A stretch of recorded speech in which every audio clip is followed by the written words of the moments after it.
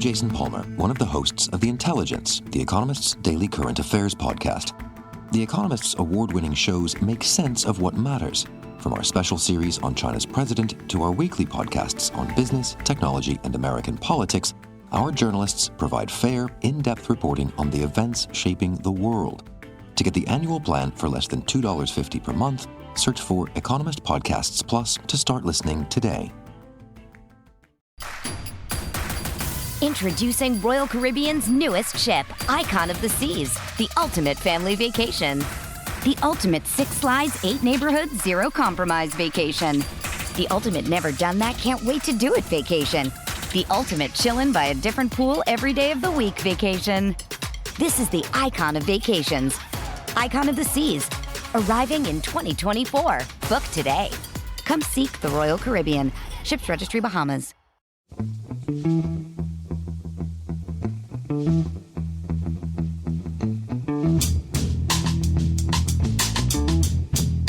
Hello and welcome to The Price of Football, the show that looks at the money behind the beautiful game with me, Kevin Day, and Liverpool University's Kieran Maguire. Kieran, it's a special interview pod today, one of our Fridays. I always look forward to those. Again, in the interest of honesty, I would like to be able to say, wow, since our last pod, Kieran, that went out yesterday, what news we got from Everton and their appeal. But we're recording this 30 seconds after that, so clearly nothing's happened at Everton yet. It will do as soon as yesterday's pod goes. I just get confused. The timeline's confusing me again now, Kieran. And anyway, how are you? Anything happened in the last 35 seconds that I didn't see while I was looking at you on the camera? No, all is still tickety-boo. I'm still irritatingly cheerful. We are, on The Price of Football, Kieran, huge fans of fan representation and fan engagement. And it seems to me that there's one club that's getting it 100% right in that direction, and that's Lincoln City. So we spoke to Rob Bradley, who's chair of the Red Imps Community Trust and the elected fans representative on the board at Lincoln City, and also the former chairman of Lincoln City. You get the feeling, Kieran, that you might be a fan of Lincoln City.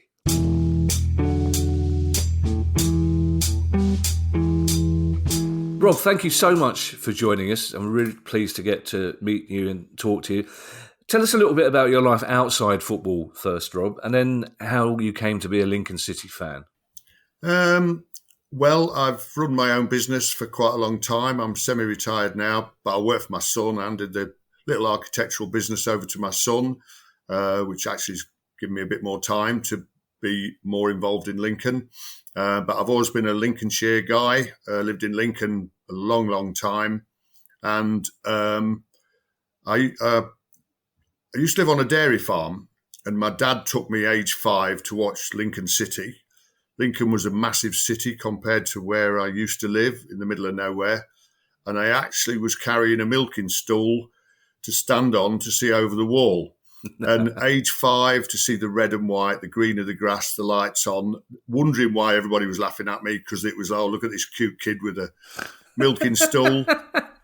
And we went there in a van. I was sat in the back of a van because my brother was in the only other seat that the driver had. And I was hooked. So I've always been a Lincoln fan since the age of about 5, really. So that's 70 plus years. That's such a lovely image, Rob. Just you and your little Wellington boots on top of this little stool peeking over the wall. That's fantastic. It was literally a 3-legged milking stool. Wow. Absolutely. There you go. Do you know what? I sometimes, I'm not that far behind you in terms of age, but I sometimes wish I was a little bit older just so I could have a story like that. I mean, your involvement in Lincoln City has been going on for quite some time, as it has with sport in Lincoln and the county in general. But you're the elected fan representative on the board at Lincoln City at the moment. How did that come about? Well, yeah, this is my second stint, to be honest, but I did it in the early 2000s and actually became chairman of the club through a strange set of sequences and that sort of thing. And then I came back. The trust were looking for people to get back involved. I'd had 3 years chairman of Lincoln United, the local non-league football club, which was a wonderful experience, lovely bunch of people, still friends. So I got back involved with the trust at Lincoln. This is like 4 years ago. Became the elected supporter director and chair of the trust. And we've sort of tried to revamp the trust, get it to grow, because the club has grown so much. So we wanted the trust to match the achievements of Clive Nates, his colleagues on the board, and Liam Scully with his leadership, his operational leadership. So I've seen the club in two different states, really, a skint little football club and one that's progressed so much in its size, how it does things and everything else. So it's my second stint. I shall do it a few more months and then stand down, because the whole idea of a elected supporters representative is that supporters get the chance to be on the board of their football club. They can join a trust, and if they want to put up and show that they can help, then they can actually be on the board of their football club. Any fan at Lincoln City. So it's time for someone else to have a go. But so I've had two stints, and it's not what I've done; it's what the trust has done in both cases.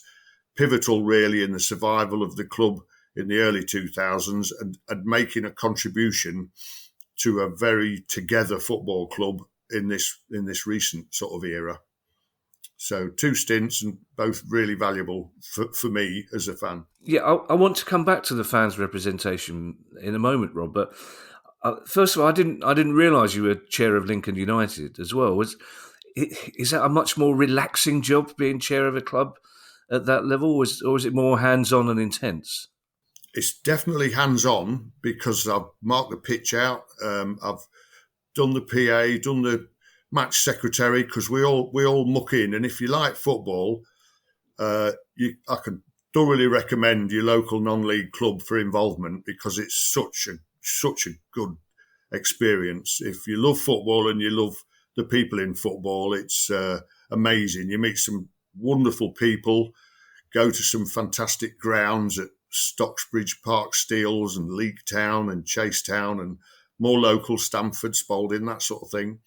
So that's just great fun, to be honest. And there's big challenges. It was a job to keep the finances right there, let alone anywhere else. It's the same all the way down the pyramid. You ask anybody right down the pyramid, they've all got the same challenge, which is keeping a club afloat. And don't know about flourishing, but the way the costs are of everything, it's really difficult. And we've seen it with one or two non-league clubs have gone by the wayside this season, but that was a lovely experience. Thoroughly recommend it.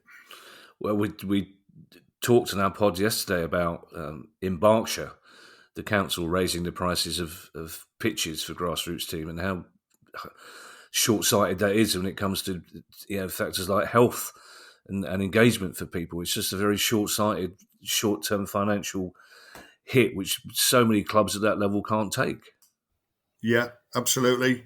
Lincoln United's and a lot of them is not, well, a lot of them pay rent, as you quite rightly say, and rents go up. A lot of them don't own their own ground, so they've got lease costs and that sort of stuff. But the impact of players' reimbursement, shall we say, at the top has gone right down through to non-league, right down to Lincoln United level.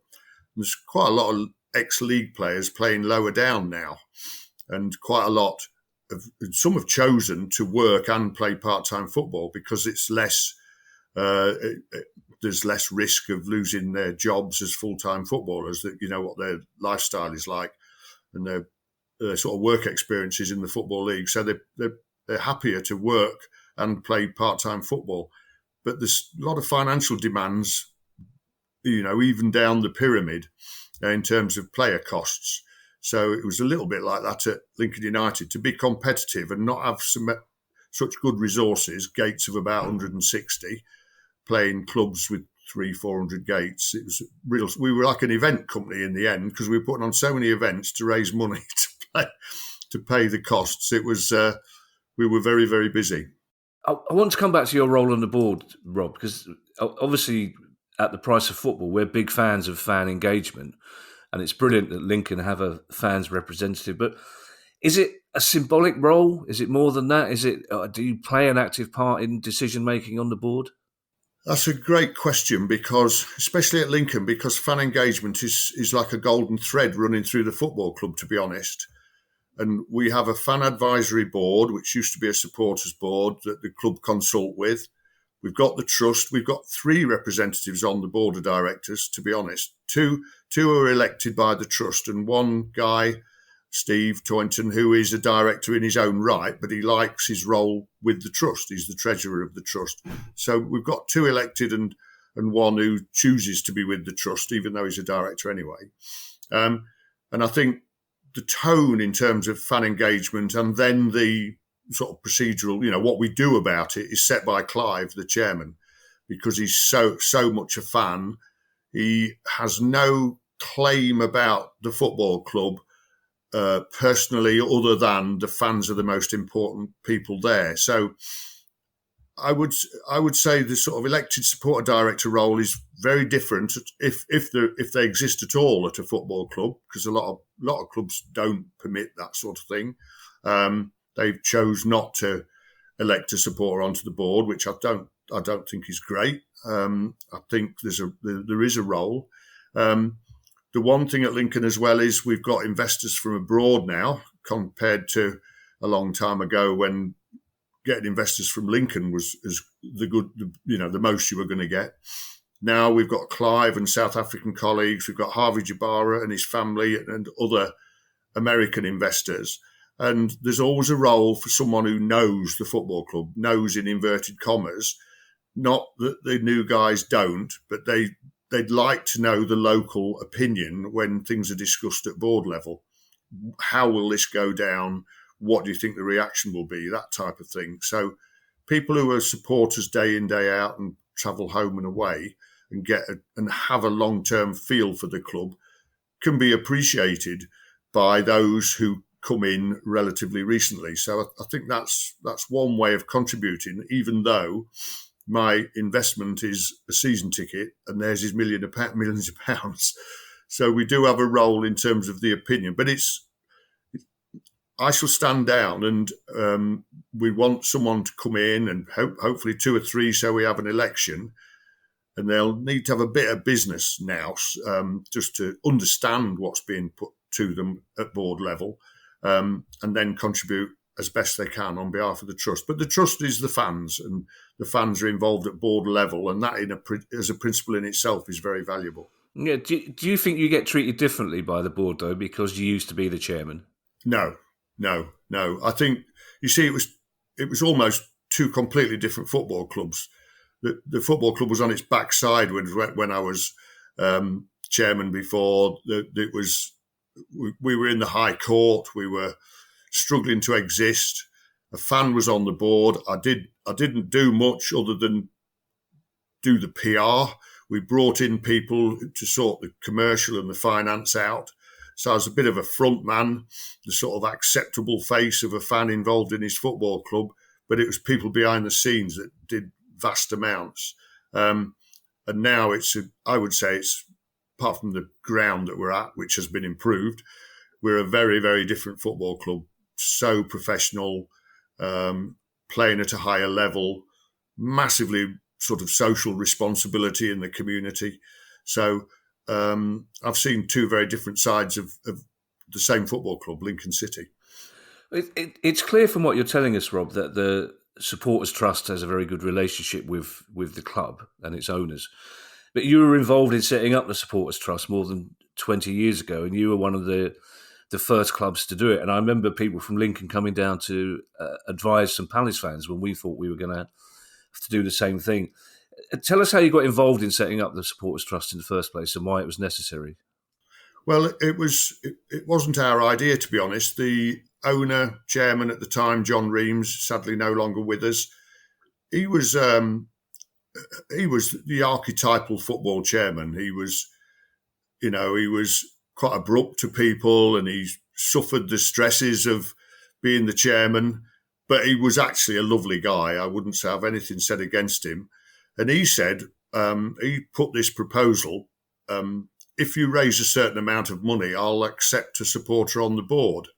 Now, whether or not that was purely to raise a bit more money in another way, but he was a bit of a forerunner because that happened around the same time that trusts started to crop up at various football clubs. And I don't know if you remember the absolutely wonderful Brian Lomax and what he did at Northampton, and that all was cropping up at the same time. So the trust was set up at Lincoln, and we eventually reached the target, and the trust was part of the club then.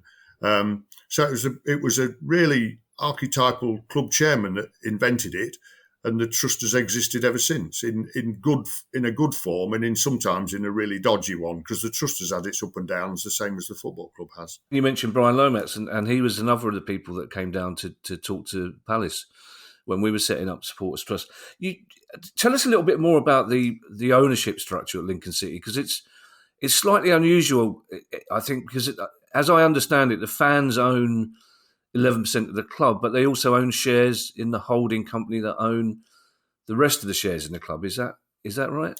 Yeah, there's a holding company. This was something that concerned a lot of us when a holding company was set up.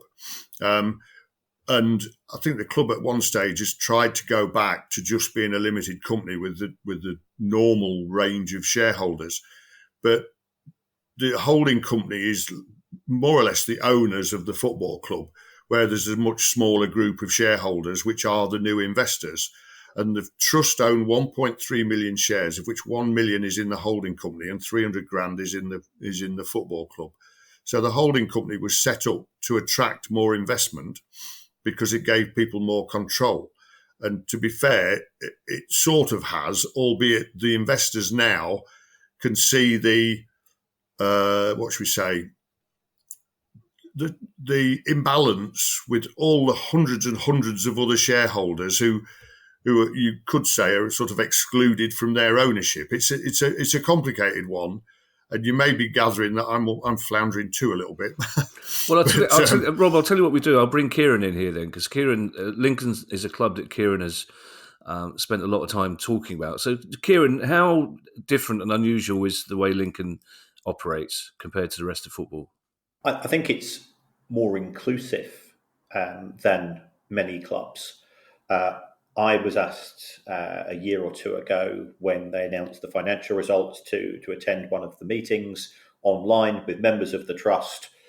Clive was there, Liam was there, and what was very clear was that they were open to questions. Now, as we know from what we do on the podcast and when we do the live shows, you don't always like the questions that you get, but you've got an obligation to answer them. So I was impressed with the transparency and the sometimes brutal honesty of the replies that both Clive and Liam gave. So having a share ownership from a trust is beneficial because it does mean that there is a natural voice to be heard. There is a limit to what can be achieved under those circumstances, and also then there can be seen, and as we know that fans become factionalized, that if somebody comes in and says, I want to buy a proportion of the club, if the supporters' trust can't match that investment, then the supporters' trust share becomes diluted. So I'm absolutely in favour of it in principle.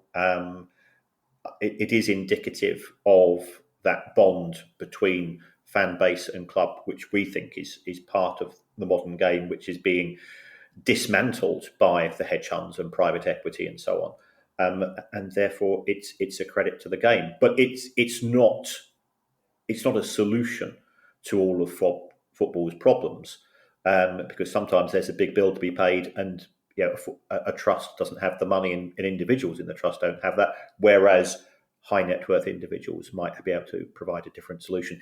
And sometimes we've seen, sometimes you've got to hold your nose as a fan in relation to the owners. And I think the advantage of having a trust is that at least the trust is able to get the viewpoints of the fans across to those regimes where things might not be perfect in many elements.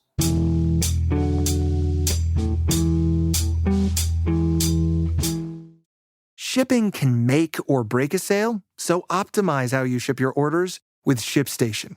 They make it easy to automate and manage orders no matter how big your business grows. And they might even be able to help reduce shipping and warehouse costs.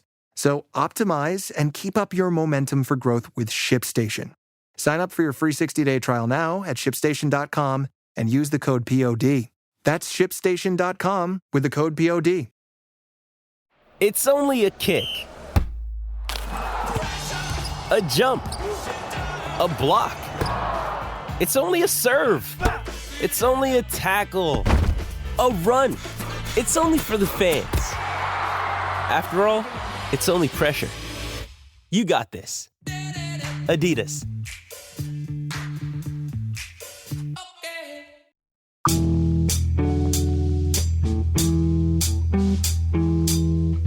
Rob, I want to talk, thank you, Kieran. I want to talk a little bit more about fan involvement in a moment. But first of all, you're also the vice chair of Lincoln City Women's FC, aren't you?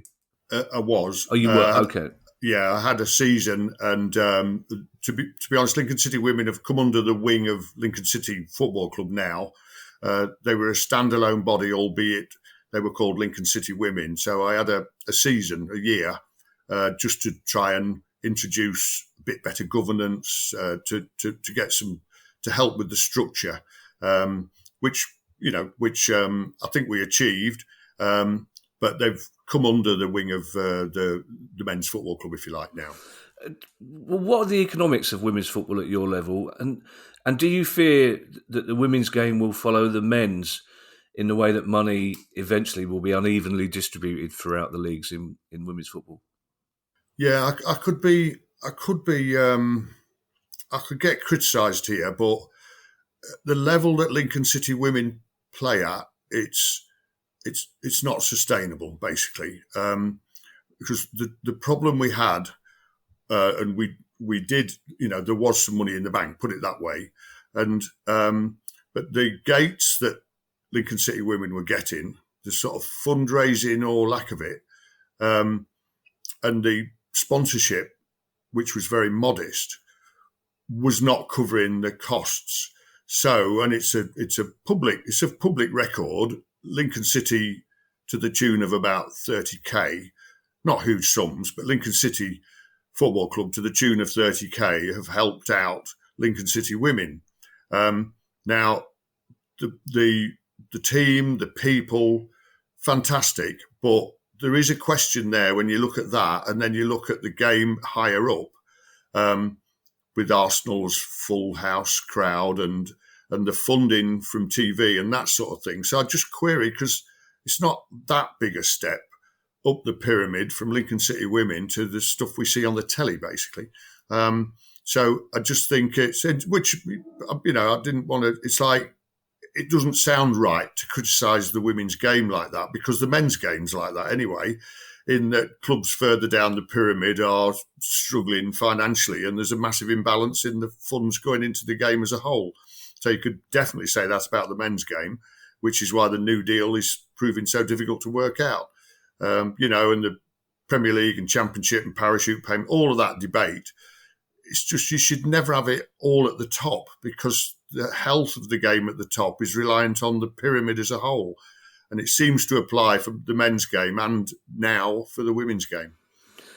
There are so many people at the top of the Premier League who don't realise how important the bottom of League Two and beyond is. The broad base of the pyramid is what holds up the top stones, and people forget that. And it's something we talk about so often on the pod. You undertook, Rob, your own fan-led review last year. How did that come about, and what were the results? Well, the football club saw Tracy Crouch's report, pretty universally praised, a really, really good report. And the football club, rather than wait for a regulator and we'll find out what the rules were, we thought, David Lowes is a director on the board, fantastic guy.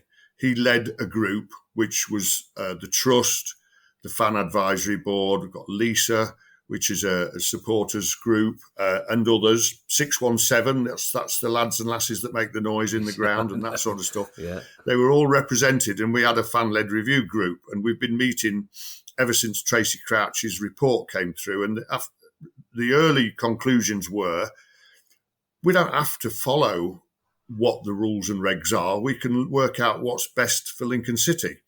And the group made recommendations to the club board about there being a golden share, which we've called the fan share. We've given it a different name. And that's just been approved at the football club AGM in the last couple of weeks, that the trust hold a fan share for certain significant matters. The board being the current guardians, but are not going to be there forever. So, and hopefully the trust will be, and obviously the fans are always there. So if certain things crop up, the fans get a vote, basically, and can veto decisions made by any board in the future. Wow, I mean that's fantastic, because I think it's only you and Exeter City that have that in currently in English football. So, is there a list though of certain decisions that can and can't be vetoed? So, what are we talking about? Are we talking about kit changes here, or are we talking about bigger issues around the club? We're talking. Some people would say, the change of kit. We think back to Cardiff a bit ago when they wanted to change colour. Change of club name. Think back to Hull when they wanted to change the name. The badge. Change of design of the badge, the imp, not having the imp or having the imp. That sort of stuff would be decided. There's one significant one, which is the name of one of our stands, which is the Stacey West stand. That's named after the 2 Lincoln guys who perished in the Bradford fire. So that name must remain in place, or certainly there's a vote and a veto possibly. But probably and there's 1 or 2 other sort of heritage things. But the main thing is a ground relocation. Now, the ground, if a new or this board or any new investors want to come in and move ground, then the fans get a say, but they don't get a say about any move, because the trust and the fan-led review group, all the fans' representatives, all felt that we mustn't deter investment, and if somebody wanted to come in and invest by us moving a reasonable distance away, but then the ground would be used instead of once a fortnight, it would be used maybe even 14 days a fortnight or 14 nights, because the ground here is great, but it's not great for additional sort of commercial income. So we agreed that the proposal would be for any move beyond the Lincoln bypass. And to be fair, there's not that many sites within the bypass, and most of them would be not too bad for the supporters. But once you're outside the bypass, which would not be unheard of, then that would have quite an impact on current supporters, traffic-wise, getting there and that sort of thing. So we've got a say in ground relocation when it's a drastic one, if you like, and then other historic heritage matters that mean a lot of things to a lot of people. That's brilliant that you've got the golden share. Really fantastic news. But is that all fans can vote, or do you have to be a member of the Supporters Trust before you can vote? We have to be a member of the trust, but we have all club members, season ticket members, are in the trust. So gates we get about 8,000 people, just under 6,000 of those are season ticket holders. So there's a lot of people would get a say in that. Brilliant. And in general, what do you make of the Tracy Crouch fan-led review? I think it's superb. I think it's really, really good. It was a shame they dropped some things when it then moved into sort of white paper stage, and I think we really need some action now for it to become law and for the regulator to be in place. I gather there's people being recruited, I think, for the department that it is, whatever. But we can see there's clubs struggling and there's things going on that it needs a regulator to get on top of the job. So as a bog standard fan, you'd think, come on, get on with it, basically. Yeah, so we're all worried that those recruitment agents are going to come knocking on Kieran's door. It's been brilliant. It's been brilliant to talk to you, Rob, to get your insight into a club, a rare club that takes fan engagement and fan involvement so seriously. I want to finish with 2 questions, and the first is a very general one, but you're involved in so many ways with football and you have been with cricket as well in the city that you so obviously love, and in the county that you're obviously very proud of. Why is sport so important for your area, Rob? Why have you been involved so heavily all your life in these things? Well, rather than mentioning myself, I think, I've just been like the front man for the trust and the club way back. I think Lincoln people are fantastic. And I think Lincoln people get so much more, Lincoln and Lincolnshire people get so much more out of their football club than just the match that takes place. We have a fan village where everybody congregates at 12 o'clock onwards. It's a crutch to people. It's a family to people. People need it. I know of people I've got a friend, his wife passed, and part of never get over it, but part of that is football family and the Saturday afternoon, and they don't about take your mind off it, but just know there's just lovely people out there. And then there's the wider football family, just to mention for Bees United guys, Stuart and Don, who've advised us about the fan share and stuff like that. The wider, we've been talking to them, and now we're inviting each other to football matches and stuff like that. So it's the social side, it's the friendship side. We all get passionate, we all swear and curse at 10 to 5 and things like that. But you get so much from sport, and not just football. And it just binds people together, and you've got a conversation. If you're in a pub and neither of you got anything in common, well, it's a struggle. But if you both like football, you've got plenty to talk about. Rob, I've always said that if you're at a wedding and you're sitting on a table with strangers and they don't like football, it's a long day, isn't it? It is a long day. It's really great to hear you to speak like that, because you've sum up basically what Kieran and I think about football and sport in general. I sometimes feel sorry, Rob, for people who don't get football, who don't understand it, because they think it's a game they still think it's mainly working class blokes, when it's not. There's a whole spectrum of people who go to football and enjoy it. And talking of football, this season, mid-table playoffs still a possibility, do you think? Well, we're on a good run. We had no strikers from September to New Year. They were all injured. So the club addressed that as soon as they could in January, and we're doing all right now. We're 7 unbeaten. So I think we can be top 10. Another 3 points or 6 points, and the fans will be talking about the playoffs, which never thought that was going to happen sort of October, November time. But yeah, doing really well. And we've got a good head coach and lovely football club, doing all right. Yeah. And you're established in League One now, aren't you, basically, which for a club of Lincoln size is a great step in the right direction, isn't it? Yeah, we haven't spent a lot of our history at that level, to be fair. This is I can't remember now, 4th, 5th year, perhaps, something like that. And it's a tough league. There's some big clubs in it, but doing all right. And if, we've got people who saying we want to get promoted. We want to, in our future years, we want to get promoted. And that's lovely to hear. There's people involved in this football club that can perhaps make it happen. So it's brilliant, absolutely brilliant. Yeah, well, Rob, we wish you all the best. You should be very proud of what you're involved with at Lincoln City, and it's been a pleasure to talk to you, mate. Oh, it's very kind. Lovely to meet you guys, and I really enjoyed your book. It's fantastic.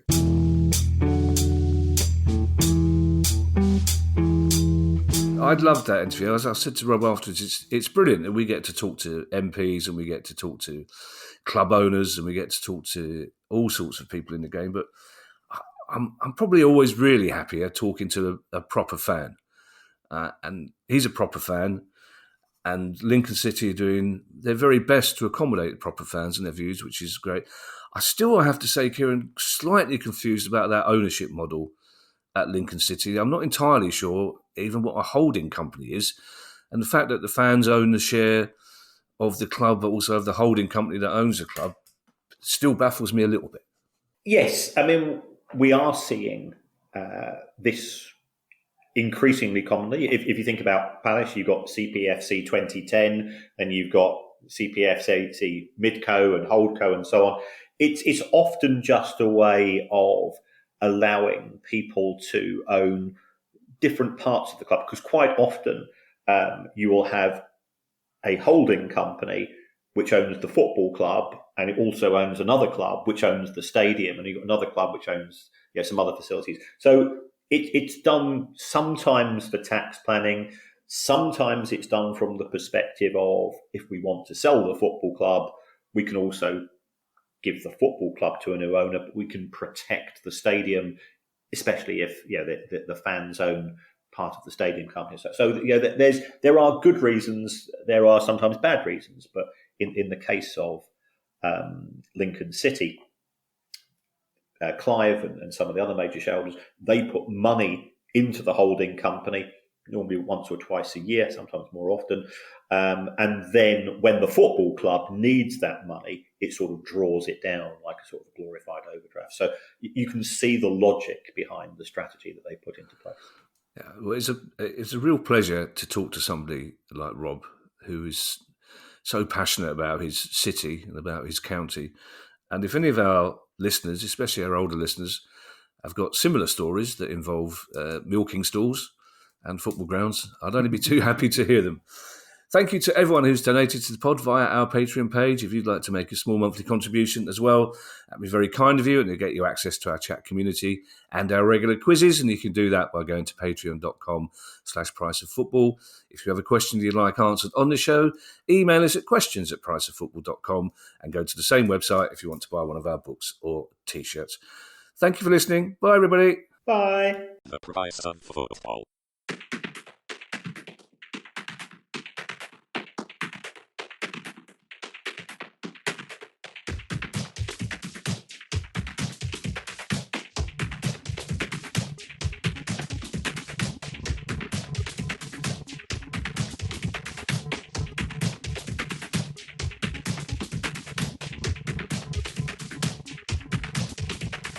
The Price of Football.